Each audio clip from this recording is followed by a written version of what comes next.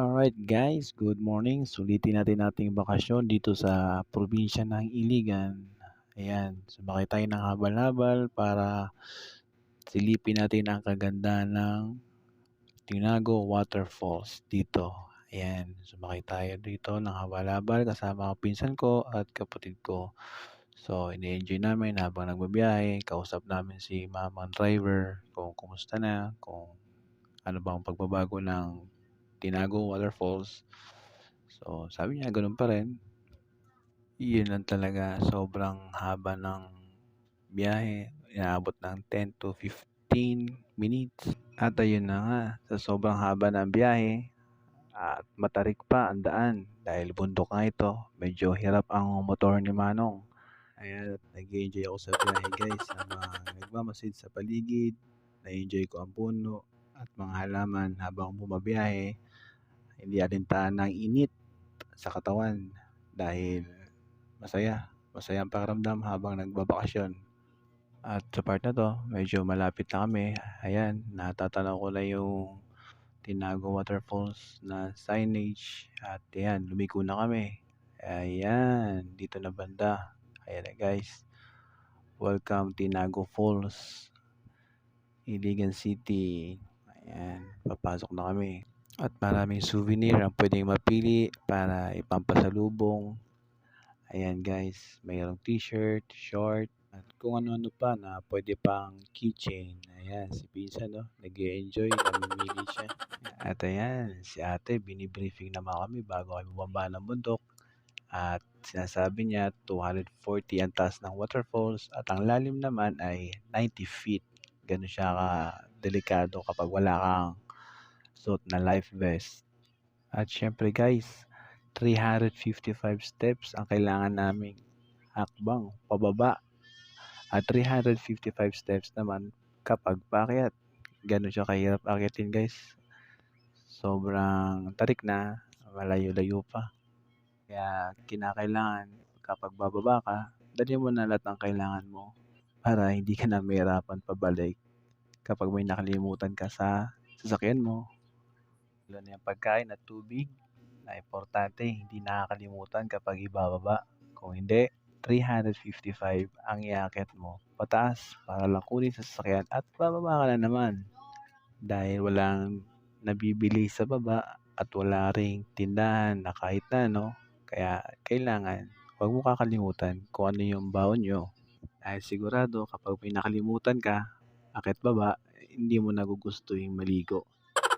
At ayun na nga, sa sobrang excited namin, hindi na namin nagawang bilangin kung ilang steps na ang nagawa namin pababa.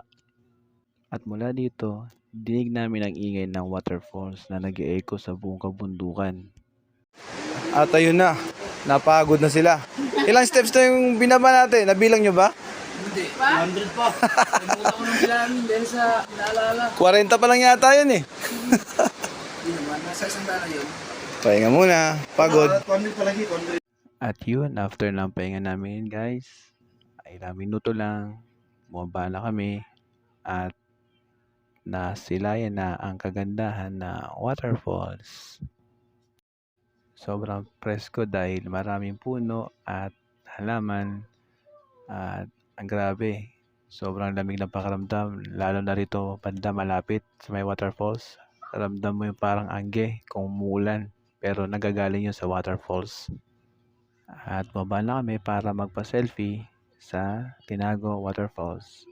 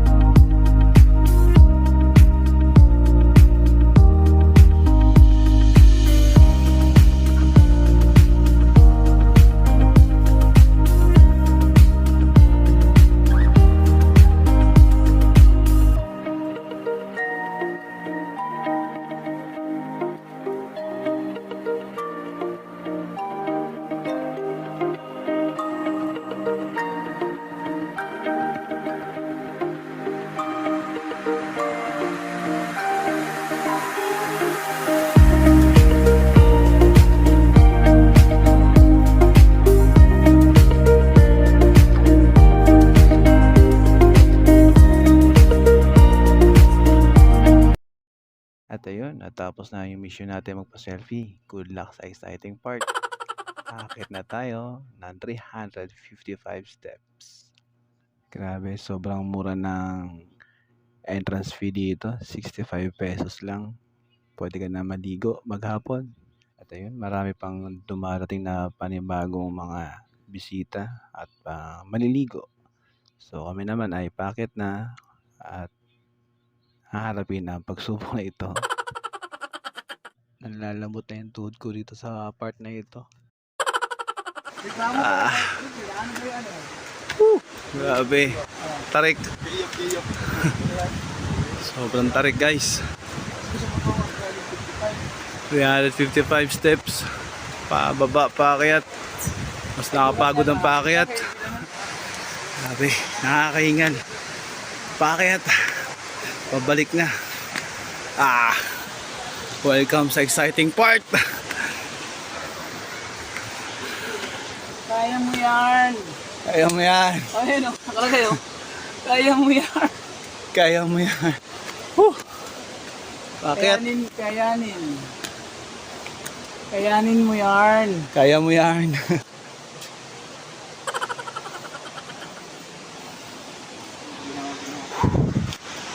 Hingal. Sobrang nakakahingal pala talaga. Pabalik. Woo! Meron pa.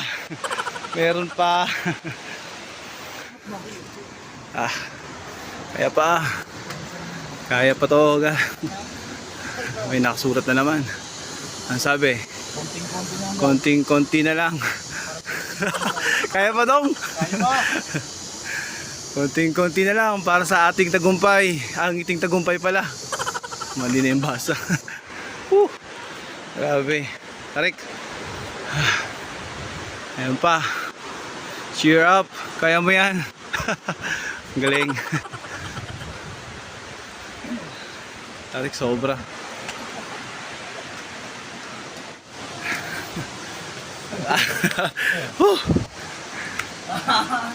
A demon friend once said, maya ka na umuwi, minsan lang to. Maya ka na umuwi, minsan lang to. Minsan ka lang umakyat na matarik. Grabe ang taas. Pahinga muna tayo. Alright. Ang dating bahay. Senior citizens were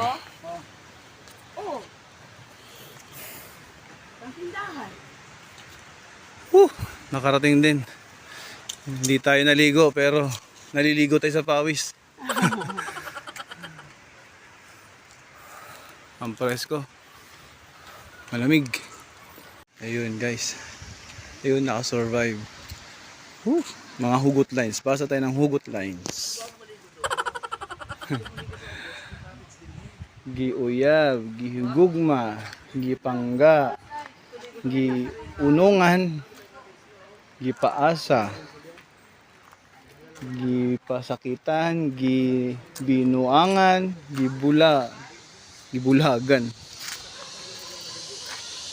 gi-friendzone, gi-ghosting, gi-busted, gihuyo.